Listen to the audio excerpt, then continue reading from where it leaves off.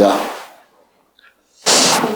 시편 133편은 앞에 제목이 붙여 있는데 다윗의 시 성전에 올라가는 노래 이렇게 되어 있습니다. 이 다윗의 집에서 하나님의 성전에 올라갈 때에 이 시편 133편을 성도들이 불렀다라는 말씀인데요. 134편도 역시 성전에 올라가는 노래라고 되어 있습니다. 시편을 보면은 150편으로 나눠져 있는데요. 이 150편 중에 신약, 구약 전체 성경의 중간 부분을 차지하고 있는 성경이 바로 시편 118편입니다. 여러분 118편 잘 아시는지 모르겠는데요. 매우 중요한 내용이 기록이 되어 있습니다. 118편 중에서도 8절이 신약과 구약의 중간절로 알려져 있습니다. 그래서 118편 8절을 갖다가 기억할 때 어떻게 하는가 하면은 하루하루 발팔하게 살자. 그래서 1188이라고 하는데요. 8절은 이렇게 기록이 되어 있어요. 야훼께 피함이 사람을 신뢰함보다 나으며. 아멘. 하나님께 피하는 것이 사람을 신뢰하고 사람 의지하고 사람 믿고 사람의 도움을 받는 것보다 낫다라는 것을 경험해 본 사람들이 이렇게 노래를 했다라는 것입니다. 9절에는 야훼께 피함이 방백들을 신뢰함보다 낫다 이렇게 말합니다. 방백이라 하는 말은 세상에서 권력 갖고 있는 자 또는 재물로 뭔가 득세한 자 또는 똑똑한 지혜를 가지고 있는 선생들 이런 자들을 의미하는데요. 하나님은 그들의 모든 것들을 합친 것보다도 더 나은 우리의 돕는 분이 되시는 줄 믿습니다. 10절의 말씀에 보면은 열방이 나를 애워쌌으니 내가 야훼 이름으로 저희를 끊으리로다 라고 말씀합니다. 열방이 다 나를 애워쌌어도 나는 하나님의 이름으로 그들의 모든 사슬을, 그들의 모든 억압, 그들의 모든 짓누름을 끊어버리고 자유롭게 하루하루 발팔하게 살 수 있다라고 노래를 하고 있는 것이죠. 특별히 15절의 말씀에 보시면은 의인의 장막에 기쁜 소리, 구원의 소리가 있으며 야훼의 오른손이 권능을 베푸시며 16절에 야훼의 오른손이 높이 들렸으며 야훼의 오른손이 권능을 베푸시는도다라고 노래하고 있습니다. 하나님의 손이라는 말은 능력을 상징합니다. 오른손이라고 할 때는 영원토록 아무런 문제가 없는 든든한, 바른, 확실한 이러한 의미를 가지고 그래서 오른손이라고 할 때 그분이 오른손으로 행하신 일은 언제든지 거기에 문제가 생길 수 없다라는 것을 의미하는 것입니다. 그래서 하나님이 아들을 오른손으로 우편에 앉혔다라고 하는 말씀이 바로 사도행전 2장에서 12명의 사도들이 그러기 때문에 그분이 거기에 앉았으니까 우리도 그분하고 같이 그분을 머리로 하는 지체로서 거기에 앉으면은 얼마나 좋으냐 이거를 노래하고 있는 것입니다. 할렐루야. 그분의 오른손이 높이 들려서 우리와 함께 하시고 그 권능을 베푸시는 줄로 믿습니다. 17절에 내가 죽지 않고 살아서 야훼 행사를 선포하리로다. 그러면서 19절에 보면은 내게 의의 문을 열지어다. 내가 들어가서 야훼께 감사하리로다 라는 말씀하는데요. 9절 9절 다 좋지만은 시간상 몇 개 중요한 구절만을 말씀을 드리는데 특히 22절 말씀에 보시면은 건축자의 버린 돌이 집 모퉁이의 모퉁이돌이 머릿돌이 되었나니 이는 야훼의 행하신 것이요 우리 눈에 기이한 바로다라고 말씀합니다. 이 내용은 무슨 내용일까요? 바로 예수께서 하나님의 영원히 거하실 성전의 머릿돌과 우리 자신을 거기에다 연합시켜서 한 성전으로 세우시는 모퉁이돌이 되었다라고 말씀을 하시는 것입니다. 당시 건축자들이었던 제사장들, 서기관들 이런 자들은 예수님을 아주 무시하고 경멸할 뿐만 아니라 증오해서 로마의 시민권만 있다 할지라도 그 형벌은 받지 않게 될 만큼의 지독한 저주의 형틀인 십자가에 죽게 했습니다. 그런데 하나님은 그를 가장 높여 모든 것 위에 만유 위에 교회의 머릿돌로 삼으시고 우리를 그 머릿돌 옆에 모퉁이돌로 그분께서 우리를 품어주시고 잡아주시고 연합해 주시는 그러한 중보자가 되게 해 주셨습니다. 할렐루야. 그래서 25절에는 야훼여 구하옵나니 이제 구원하소서, 야훼여 우리가 구하옵나니 이제 형통하소서라고 노래를 합니다. 이게 뭐냐고요? 줄이면은 호산나입니다. 호산나라고 하는 말이 바로 이제 구원하옵나니 우리를 구원하여 주소서 그겁니다. 예수께서 예루살렘 성에 나귀를 타고 들어가실 때에 어린아이들이, 젖먹이들이 호산나, 호산나, 가장 높은 곳에서 호산나, 야훼의 이름으로 오시는 이여라고 노래를 했습니다. 바로 그 야훼의 이름을 받았다고 하는 그 말은 사도행전 4장 11절에 그가 모퉁이돌과 머릿돌이 되어서 성전에는 하나님이 아버지 자신의 이름을 두셨다고 하는 것과 천하 인간에게 구원 얻을 만한 다른 이름을 주신 일이 없다. 예수님의 이름 앞에 모든 무릎이 전부 다 꿇을 것이다. 예수님의 이름 앞에 모든 입이 주라고 시인할 것이다. 그래서 그 이름을 얻은 자들한테는 그 이름 앞에 만유가 굴복되되 발 아래 굴복할 것이다 라는 약속을 주셨다는 말씀입니다. 하나님이 저와 여러분에게 에베소서에서 기록되어 있는 것처럼 하늘과 땅에 있는 족속에게 그 이름을 주신 아버지 앞에 감사하고 찬양할 이유가 충분한 줄로 믿으시기를 예수님의 이름으로 축원합니다. 할렐루야. 119편은 가장 긴 장인데요. 여기에는 하나님의 말씀, 하나님의 규례, 하나님의 법도, 하나님의 율례, 하나님의 뭐 해가지고 전부 다 하나님 말씀에 연관되어 가지고 이 시를 쭉 이어가는데 무려 마지막 절이 몇 절인지 혹시 기억하시는 분 계세요? 176절이나 됩니다. 제가 이거 176절을 어떻게 알 수 있느냐 하면은요, 제가 키가 가장 컸을 때에 재보니까 176cm더라고요. 하루 팔팔하게 살되 하나님의 말씀, 하나님의 규례, 하나님의 율례, 하나님의 관습 이걸 따라서 사는 자들한테는 하나님께서 정말 복에 복을 더하시고 궁극적으로는 더 큰 승리를 영원히 안겨주실 줄로 믿으시기를 바랍니다. 할렐루야.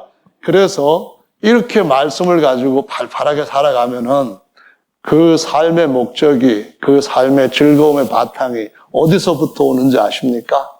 120편부터 보면은 제목이 붙어 있는데 올라가는 노래입니다.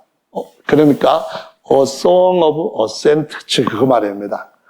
노래인데 올라가는 것들, 올라감, 승천도 되겠고요, 진급도 되겠고요, 또 뿐만 아니라 올라가 독수리처럼 날개치며 올라가는 그 모든 올라감의 노래라는 건데 우리 성경에는 거기다가 성전에 올라가는 것이 가장 높은데 제일 좋은 데 올라간다 해서 성전에 올라가는 노래라고 제목을 붙여놨습니다. 그래서 이 성전에 올라가는 노래, 이 노래가 어디까지 이어지는가 하면은 133편에 이렇게 오늘 본문 말씀에서 형제들이 서로 연합하여 동거함이 어찌 그리 선하고 아름다운고, 요 다음에 134편까지가 올라가는 노래로 구별이 되고 있습니다.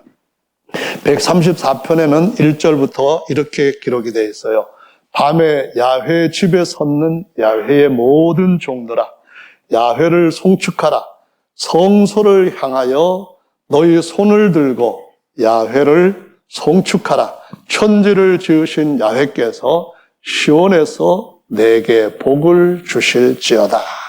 할렐루야. 여기 말씀해 보면은 밤에 야훼 전에 섰는 야훼 모든 종들아 라고 말씀합니다. 그럼 야훼 종들은 주님이라고 부르는 모든 사람들을 의미하는 것이라는 거죠. 원래 구약의 야훼라는 말을 신약에서 쓸 때는 전부 다 주님으로 바꿔놨어요.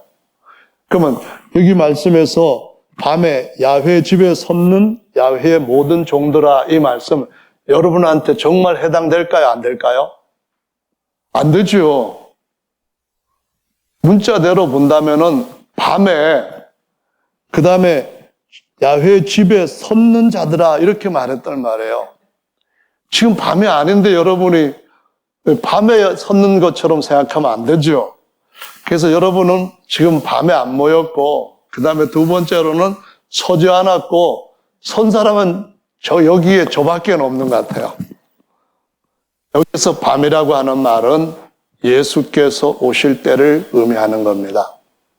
성경에서 시편 119편의 176절에는 뭐라고 말하는가 하면은, 하나님, 내가 내 영혼이 유리하는 양처럼 되었나이다, 이렇게 말합니다. 주여 나를 찾으소서, 이렇게 말합니다. 주께서 나를 찾으셔야 한 이유는 제가 주님의 계명을 잊지 않고 있기 때문입니다, 이거 말이에요. 여러분, 우리가 지금 살고 있는 때는 한밤중인 줄로 믿으시기 바랍니다. 열 처녀가 신랑을 기다리고 있던 때가 어느 때였습니까? 종들이 그 주인이 돌아올 때를 기다리고 있던 때가 언제였습니까? 한밤이었다고 말씀합니다. 캄캄한 밤이라고 말합니다. 다시 말하면 데살로니가전서 5장에서 세상은 어둠과 밤에 속하였고 우리는 밤에 속하였지 않기 때문에 취하지 않는다고 말합니다. 세상에 취하지 않고 또 세상의 즐거움에 취하지 않고 우리는 깨어서 신랑이로다 맞이하러 나오라 할 때에 얼른 기름 들어있는 등불 들고 주님 맞으러 나가서 영원한 아침을 맞이하게 될 줄로 믿으시기 바랍니다. 이사야 8장 말씀에서 저들의 가르치고 믿는 바가 이 율법의 말씀과 맞지 않으면은 저들이 영영토록 아침을 보지 못할 것이라 했는데, 예수님께서 이 밤이 점점 깊어지고 그분이 오실 징조가 하나 둘 셋 넷 떼어지기 시작할 때에 새벽별과 같이 그분이 나타나실 의의 태양으로 떠오르실 그 모습을 보이실 때가 올 줄로 믿으시기 바랍니다. 다시는 밤이 없고 다시는 어둠이 없고 아예 어두운 것이라고는 하나도 없는 광명한 때에 저와 여러분들이 하나님의 영광의 광채 형상으로서 해보다도 더 밝게 빛나는 그 나라를 우리가 얻게 될 줄로 믿으시기를 예수님의 이름으로 축원합니다. 할렐루야. 그래서 오늘 본문 말씀에서 보시면은 우리는 이 어두운 밤에 남들처럼 취해가지고 자빠지고 쓰러지고 토하고 그래서는 안 된다고 말씀을 깨달아야 됩니다. 이사야 28장, 29장, 30장의 말씀에 보면은 저들이 가르치고 저들이 따르는 그 식탁을 보면은 온갖 토한 것들과 그냥 싼 것들로 지저분하게 되어 있다라고 말씀을 하시는데요. 우리가 세상에 취하지 않고 하나님의 순전한 떡을 먹으면서 하나님께서 주시는 은혜 가운데서 승리하게 되기를 예수님의 이름으로 축원합니다. 주님이 광야에서 만나를 내리셨는데 어디다가 내리셨는지 여러분 혹시 성경 말씀을 주위에서 살펴보셨습니까? 하나님이 이스라엘 백성들이 거하는 진에다가 만나를 내리시고 그 진에다가 이슬처럼 만나를 내리셨다라고 말씀합니다. 진 쳐놓은 거기에서만 먹을거리를 얻을 수가 있는 거예요. 밖으로 벗어나면은 그들이 전혀 먹을 수 있는 양식을 얻을 수가 없었다는 겁니다.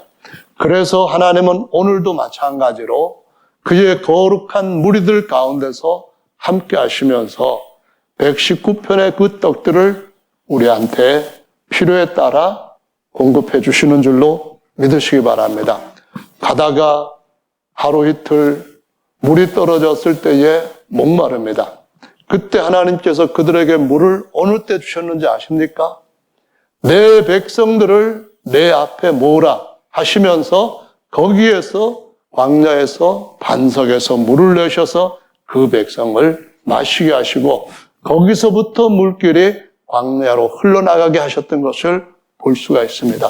그래서 오늘 또 주님께서 저와 여러분 속에 하나님의 은혜로 복 주시는 그런 일이 반드시 있을 줄로 믿습니다. 그래서 성경은 형제가 연합하여 동거함이 어찌 그리 좋고 이 말입니다. 선하고 그 말은 착하고 그런 뜻도 되겠지만은 본래 뜻은 좋고 굿 그 말입니다. 엄지척 그런 말이에요. 아름다운 거 이 말은 본래 기분 좋은가 이 말입니다.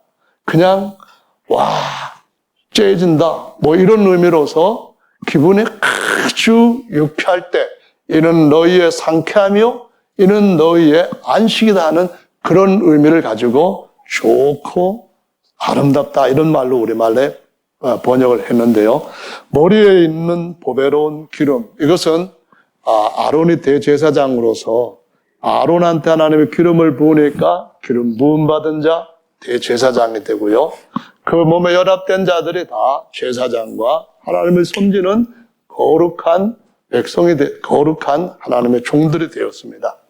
이것은 바로 예수께서 대제사장 되심과 성령으로 그분에 의해서 기름 부음 받은 성도들 모두를 너희는 왕 같은 제사장들이요. 그리고 하나님께서 세우신 특별히 거룩한 자기의 소유의 백성이라고 말씀하신 것입니다. 하나님은 자기 소유 양떼를 잃어버리지 않는 분인 줄로 믿으시기 바랍니다. 다윗이 노래를 했을 때 사람들은 감명을 받습니다. 다윗의 시가 시편에 많이 나옵니다.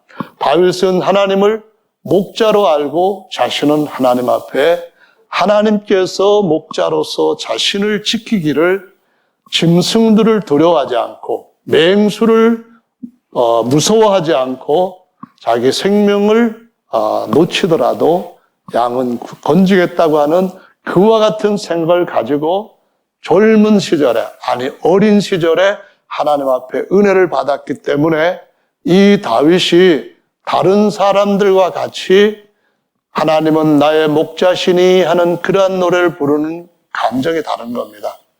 여러분 고난 가운데서 이겨본 사람만이 그 고난이 가져다주는 기쁨을 남다르게 맛볼 수 있는 것과 마찬가지로 하나님과의 관계를 맺어본 사람들이 하나님의 선하심과 하나님의 우리를 즐겁게 해주심이 어떤가 하는 것을 더욱더 맛있게 누릴 줄로 믿습니다.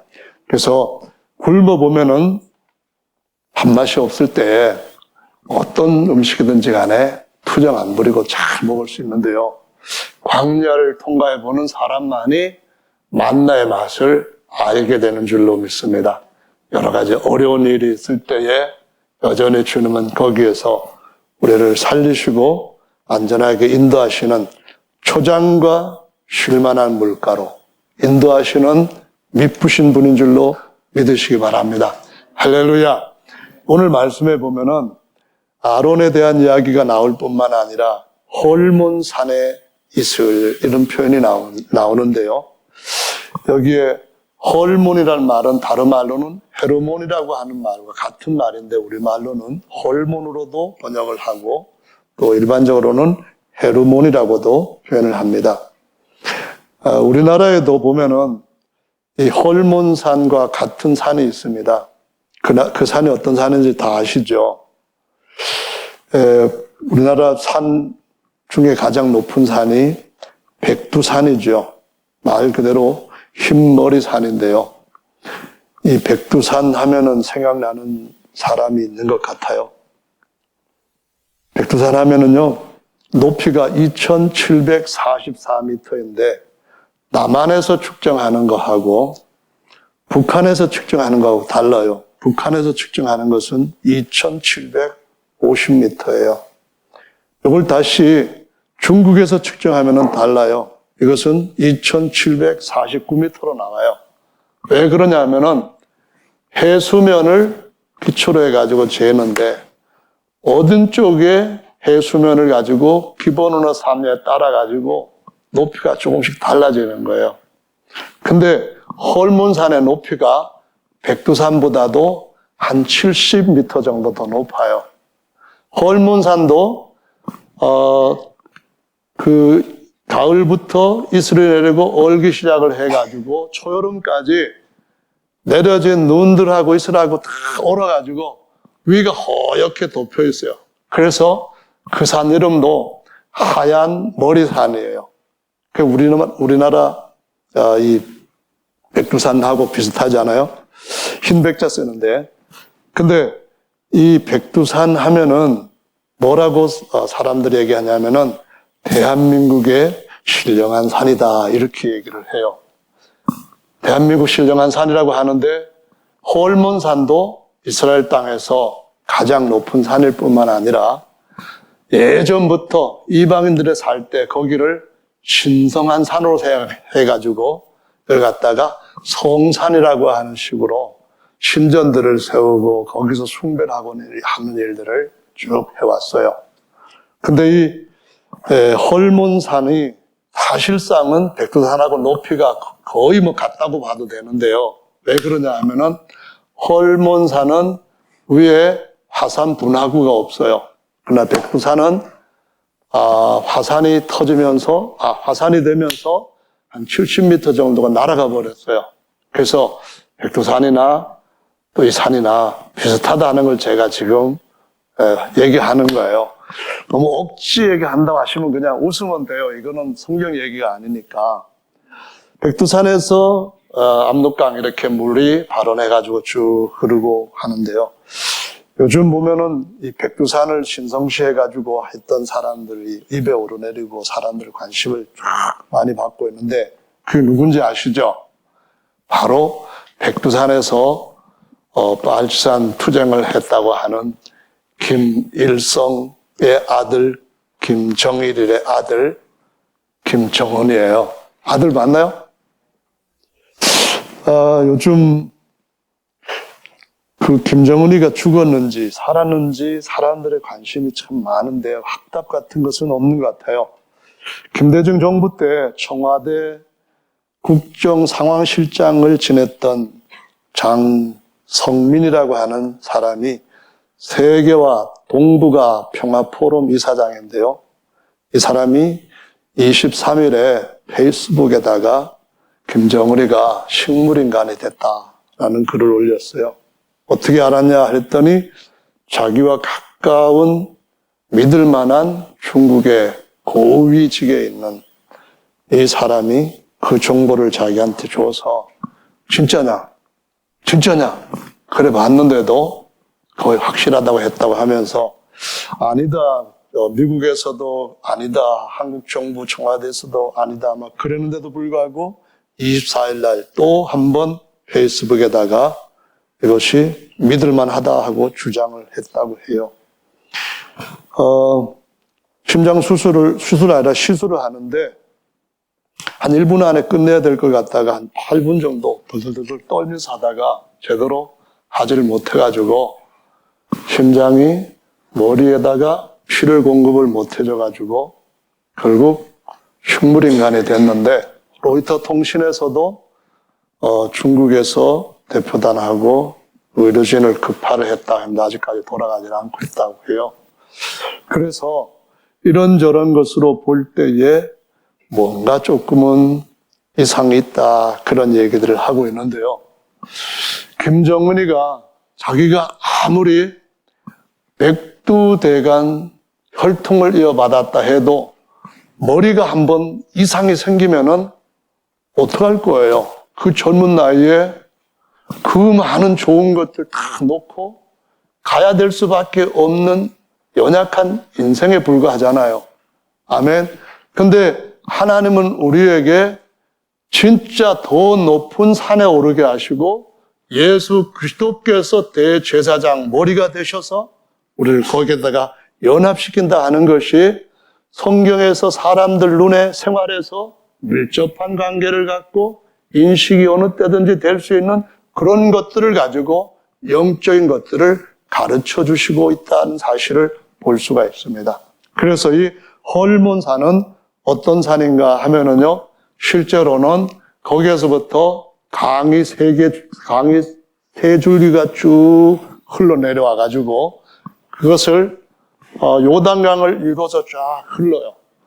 첫째로는 눈 내린 것들이 흘러내리고 이슬 내린 것들이 흘러내려 가지고 사방의 식물들을 자라게 하면서 요단강을 이루다가 요단강에 그 강물이 모이는 한 지역이 있어요. 호수인데 그 호수가 무슨 호수인지 혹시 아세요? 갈릴리 호수예요.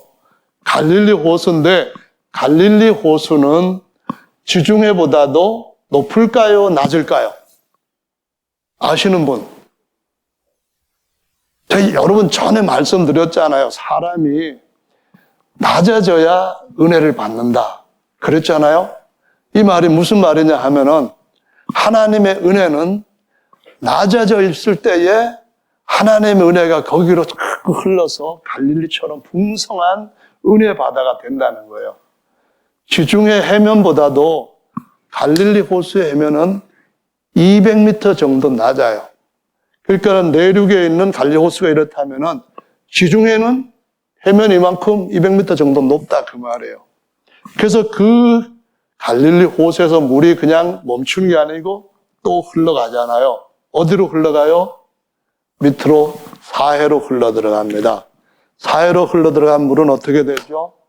아무 생명도 살지 못하는 죽음의 바다, 사해 바다가 되고요. 그 밑에는 옛날에 소돔과 고모라가 하나님의 심판으로 뒤집혀서 다 묻혀버린 곳이라고 알려져 있어요. 우리가 하나님으로부터 은혜를 받아야 돼요.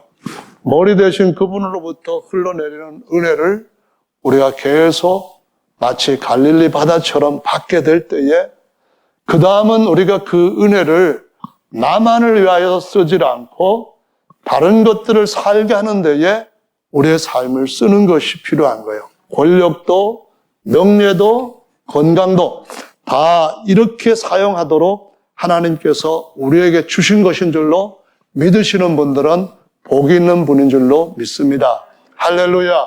그래서 이 헐몬산이라고 하는 것하고 구약에서는 다볼이라고 하는 산이 같이 불려요. 시편의 말씀에 보면은 89편에 남북을 주께서 창조하셨으니 다볼과 헤르몬이 주의 이름을 인하여 즐거워하나이다 그랬거든요. 이 다볼산이 갈릴리 바다에서 보면은 한 580m 정도 되는 거예요. 지중해에서 보면, 지중해가 아니라, 다시 얘기할까요? 그냥, 해수면에서 보면은 580m 정도인데, 갈릴리 그 수면에서 보면은 이게 더 높아요. 한 780m 정도 되게 이 갈릴리 바다가 더 밑에 있는 건데요. 그래서 이 두 산은 비교가 되는 거예요.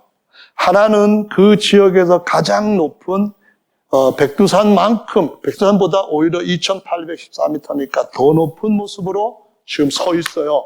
근데 다볼산은 사실은 한 580m 정도밖에 안 되는 그런 산인데, 다볼산은 땅에 낮은 이런 의미로 상징적으로 쓰이는 반면에 헐몬산은 높은 산, 거룩한 산. 그래서 원래 헐몬이라고 하는 말이 어떤 의미인가 하면은 구별되었다. 그래서 금지하다, 바치다, 진멸하다 이런 의미로 번역이 되고 있어요. 무슨 얘기냐 하면은요. 레위기 27장 18절의 말씀에 보면 이런 말씀이 있어요. 오직 야훼께 아주 바친 그 물건은 사람이든지 생축이든지 기업에 바치든지 팔지도 못하고 속하지도 못하나니 바친 것은 다 하나님께 지극히 거룩함이며 했는데요. 여기 바침이라고 하는 말이 헐몬산의 단어의 어근과 똑같이 하람이에요. 그래서 하나님 앞에 바쳐진 산, 신성시된 산, 아무도 접근하기가 어려운 산, 그래서 완전히 드려져서 만약에 하나님 앞에 드려진 것이 아닌다고 하면은 없애버려야 될 그런 의미를 쓰고 있어요. 그래서 레위기 27장 이어진 29절에 보면은 아주 바친 하람한 그 사람은 다시 속하지 못하나니 반드시 죽일지니라 이런 말씀을 하셔요. 그게 무슨 말이냐면은 헐몬산의 의미는 하나님 앞에 바쳐진 것을 속되게 하면은 안 된다. 그래서 인간적인 목적이나 인간적인 그 어떤 방법으로 그것을 자기의 사유화하는 그런 일을 할 때에는 그때는 반드시 죽여야 된다. 이렇게 엄한 의미를 가지고 있는 산이 헐몬산이고 그래서 거룩한 산 이렇게 해서 백두산보다도 훨씬 더 거룩한 산, 곧 성산이라고 하는 표현으로 성경에 나타나고 있는 것을 볼 수가 있습니다. 성도 여러분, 하나님이 자기 피로 사신 성도들은 어떤 존재인가요? 사도 바울은 그거를 잘 설명을 하고 있어요. 뭐라고 말하고 있죠? 하나님께 바쳐진 성도들은 하나님이라고 말씀하시면서 저들은 사나 죽으나 어떻게 됐다고요? 주의 것이로다 이렇게 말씀하셔요. 우리가 살아도 주를 위하여 살고 죽어도 주를 위하여서 죽고 살 때도 주님의 것일 뿐만 아니라 시체가 되어서 이제는 버려야 할 때도 주님께 바쳐야 된다 이렇게 말씀하시고 있어요. 왜냐고요? 주님께 바쳐주면은 주님이 우리를 더 놀라운 것으로 바꾸어 주실 줄로 믿기 때문에 그런 거예요. 아멘. 우리가 우리의 몸까지 주님 앞에 바치면은 주님께서는 드리는 자가 받는 자보다 더 복되다라고 말씀하시면서 주님은 받으셨을 때 시체를 받고 재물을 받으시지만 주님은 그에게 돌려줄 때 뭘로 돌려주신다고요? 하나님의 영광의 신령한 형상으로 돌려주시는 줄로 믿으시기 바랍니다. 할렐루야. 이게 굉장히 중요한 바로 헐몬산의 교훈이라는 거예요. 그러기 위해서는 어떻게 되는가 하면은 바로 그 하나님께서 두 가지 산을 비교해 주셨던 것처럼 다볼산에서 자신을 낮추어 하나님 앞에 볼 수 있는 그런 의미로 하나님을 찾아 나갈 때에 그런 사람한테 하나님께서 은혜와 모든 것들을 주시는 줄로 믿습니다. 할렐루야. 아멘. 그래서 이 산이 중요한 의미를 갖고 있기 때문에 신약 성경에 보면은 아주 중요한 교훈을 얘기할 때에 딱 등장을 해요. 마태복음 16장 말씀을 보시면은요. 13절에 예수께서 가이사랴 빌립보 지방에 이르러라고 말씀을 해요. 근데 여기에 가이사랴 빌립보라는 말은 무슨 의미일까요? 빌립보 교회. 그 빌립보가 아니고요. 빌립이라고 하는 이스라엘을 통치하던 에돔의 후손 왕이 자신이 그 도시에다가 이름을 빌립보를 붙인 거예요. 왜냐하면 지중해 쪽에 있는 가이사랴와 다르다고 하는 것 때문에. 지중해 쪽에 있는 가이사랴는 어떠했어요? 사도행전 10장에 보면은 누가 나와요? 이방인 중에 자신을 하나님 앞에 드렸던 첫 번째로 물과 성녀로 거듭난 누구의 가족이 있었어요? 고넬료의 가족이 있었어요. 아멘. 그래서 이 가이사랴 빌립보는 어딘가 하면은 바로 홀몬산 밑에 산기슭에 위치하고 있는 도시라는 말씀이에요. 거기에서 주님이 뭐라고 하셨는가 하면은 제자들한테 이렇게 물으시는 거예요. 사람들이 나를 누구라고 하느냐 물었어요. 그때 대답을 뭐라고 했습니까? 어떤 사람들은 침례 요한이라고 하고요, 엘리야라고 하는 사람도 있고요, 예레미야나 다른 어떤 선지자 중에 하나라고 얘기를 합니다. 이렇게 대답을 한 거예요. 그래서 사람들이 예수님을 보고 뭐라고 얘기할까요? 십자가에 못 박혀 죽은 죄수, 그러기도 하고, 3대 성인 중에 한 분, 이러기도 하죠. 유대인들한테 물으면은, 구약에 있던 여러 선지자들 중에 한 분, 이렇게 대답하는 사람들이 대부분이라 이 말이에요. 그런데, 제자들한테 주님이 다시 질문을 하시잖아요. 뭐라 하셨죠? 그러면 너희는 나를 누구라고 하느냐? 물었어요. 그때 다들 대답을 아직까지 하질 않고 있는데, 수요일날 성경 공부할 때 질문을 제가 자주 하는 편인데 대답을 하는 분들이 굉장히 뜸을 들여요. 특히 정중택 전도사님은 저랑 같이 충청도라서 그런지 대답을 시작을 할 때도 한참 걸려가지고 얘기할 때도 중간중간 정말 오래 걸려요. 그래서 그 모습을 보면서 내가 말만 좀 빨리 하면은 설교를 같은 분량을 해도 시간을 줄일 수 있겠는데 이런 교훈을 받는데 하다 보니까 이 60년 동안 버릇이 된 게 고쳐지지 않는데요. 이 대답을 잘하면 하나님이 복 주시는 줄로 믿으시기 바랍니다. 이게 여기에 나온다니까요. 베드로가 선뜻 뭐라고 했어요? 이 베드로 보면은 물이 막 난리가 일어나가지고 배가 뒤집힐 정도로 캄캄한 밤에 풍랑이 일어나서 정말 위급한 때인데 주님이라는 걸 알고 주님이라고 하면 다른 사람들은 주여 우리 좀 구원해 줬어 막 이렇게 했을 텐데 베드로는 뭐랬어요? 만일 주시어든 나를 명하여 물 위로 오라소서 이렇게 나온 거예요. 그러니까 말을 어떻게 쓰느냐에 따라 가지고 우리 인생이 확확 바뀌어지는 줄로 믿으시기 바랍니다. 대답 안 하는 거 보세요. 그게 습관이 돼버린 거잖아요. 정말 우리가 어떻게 얘기를 하느냐에 따라 가지고 우리 말이 우리의 삶을 수레바퀴처럼 끌어가는 줄로 믿으시기 바랍니다. 좋았어요. 할렐루야입니다. 주님이 아멘에서 영광을 돌린다 했는데요. 그때 베드로가 주는 그리스도시요 살아계신 하나님의 아들인 그리스도입니다. 이렇게 대답을 합니다. 그래서 거기에서 주님이 하신 말씀이 내가 이 반석 위에 내 교회를 세우리니 음부의 권세가 이기지 못하리라고 말씀하시면서 그 시몬 보고 너는 베드로니라는 말씀을 하십니다. 너는 베드로니 내가 이 반석 위에 내 교회를 세우리니 내가 머릿돌이 되고 내가 모퉁이 돌이 될 때 베드로 돌인 너를 내 옆에 붙여서 너로 하여금 모든 것 위에 하늘에다가 세우겠다. 이 말씀을 거기서 하신 것이라는 말씀이에요. 여러분 이 말씀은 어디에 근거를 두고 있는가 하면은 이사야 2장 말씀에서 보면은 1장, 2장에서 예수님에 대한 예언이 나오는데 그 중에 2장이 이 말씀과 관련을 갖고 있어요. 1절에 보면은 아모스의 아들 이사야가 받은 바 유다와 예루살렘에 관한 말씀이라. 말이래 야훼 전의 산이 모든 산 꼭대기에 굳게 설 것이요 모든 작은 산 위에 뛰어나리니 만방이 그리로 모여들 것이라. 많은 백성이 가며 이르기를 오라 우리가 야훼 산에 오르며 야곱의 하나님의 전에 이르자. 그가 그 도로 우리에게 가르치실 것이라.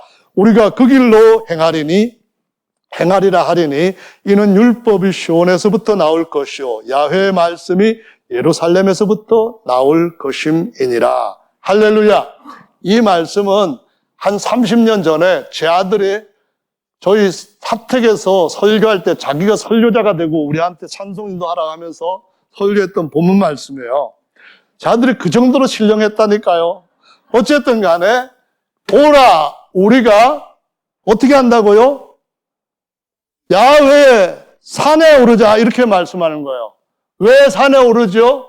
야훼 성전이 거기 있기 때문이다 그 말씀이에요.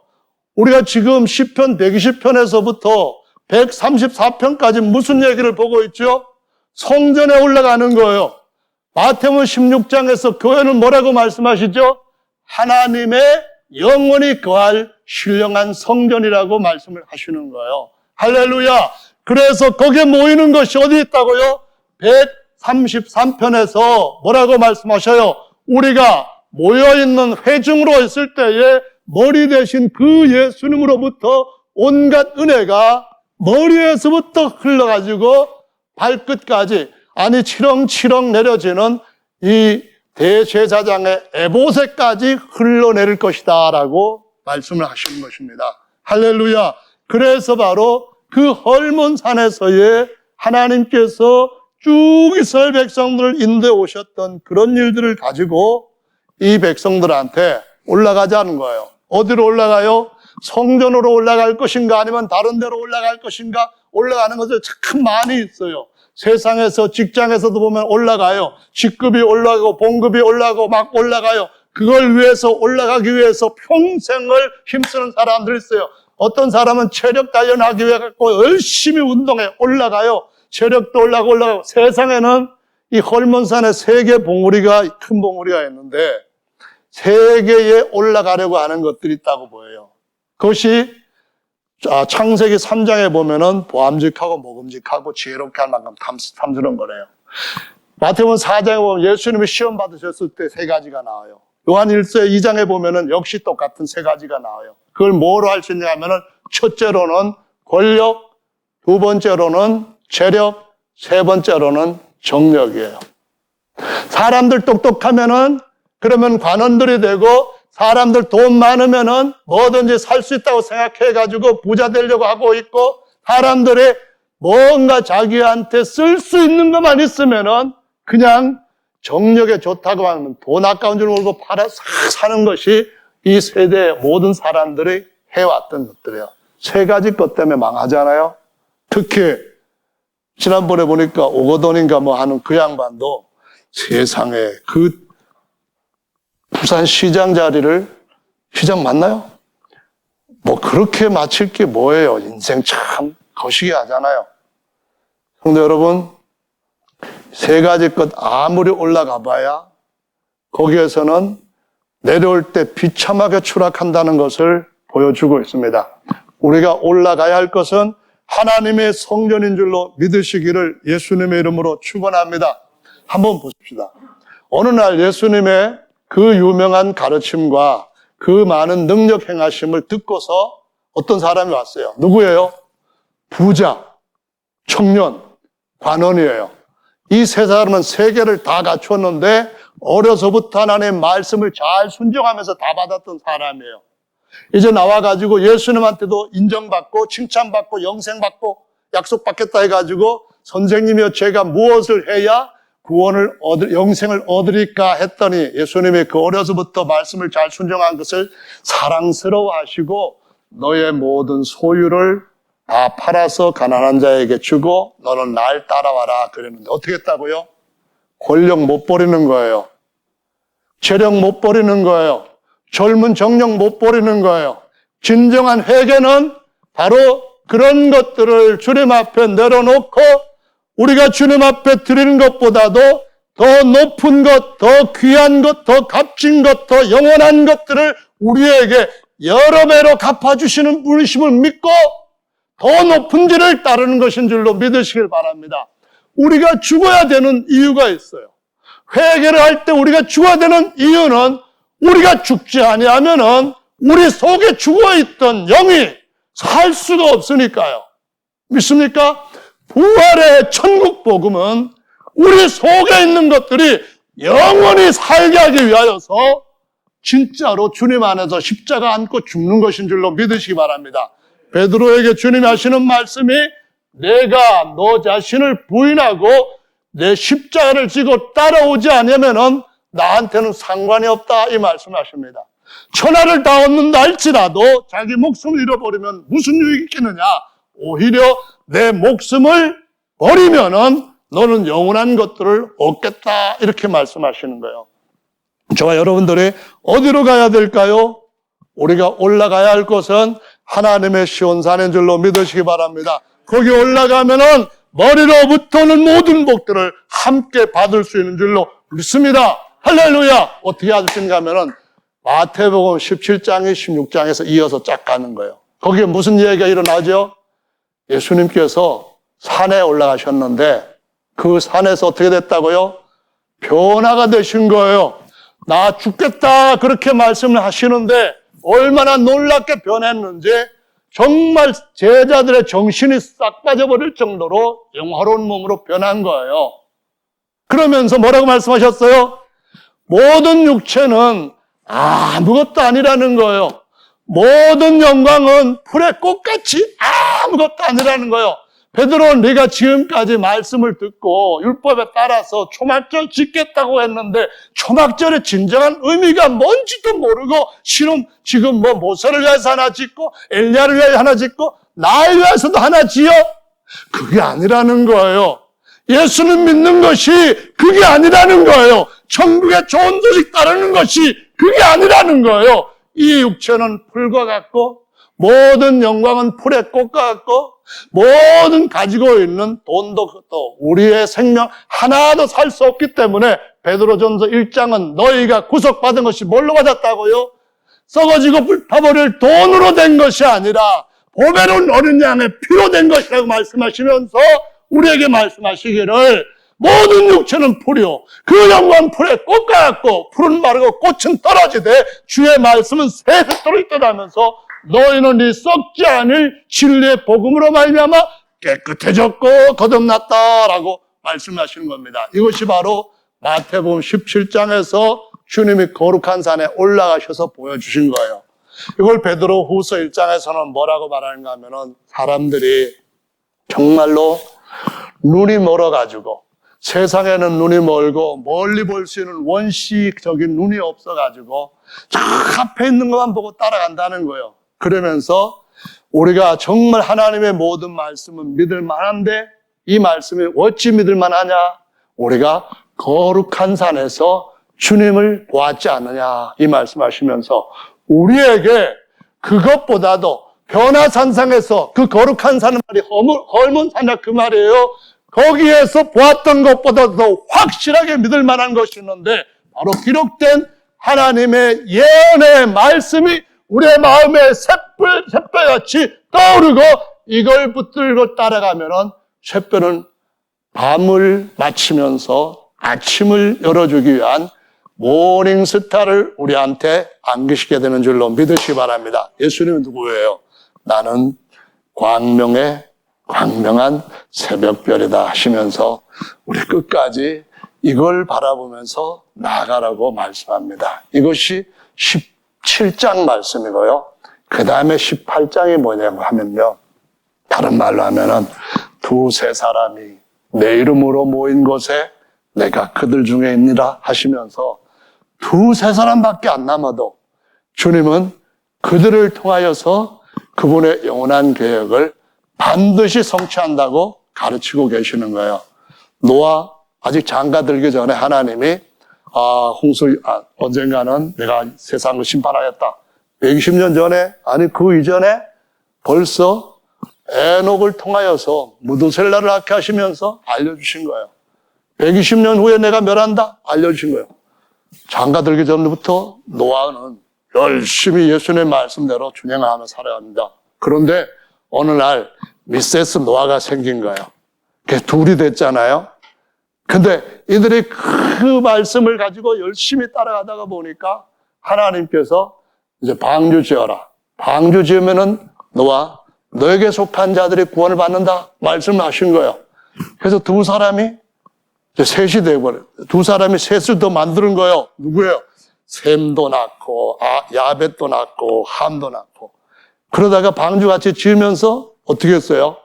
미세스 셈도 생기고 미세스 야벳도 생기고 미세스 함도 생기고 그래가지고 딱 8식구가 이루어졌을 때 요들을 통하여서 새로운 세대를 이루시는 하나님은 실패가 없는 하나님이신 줄로 믿으시기 바랍니다.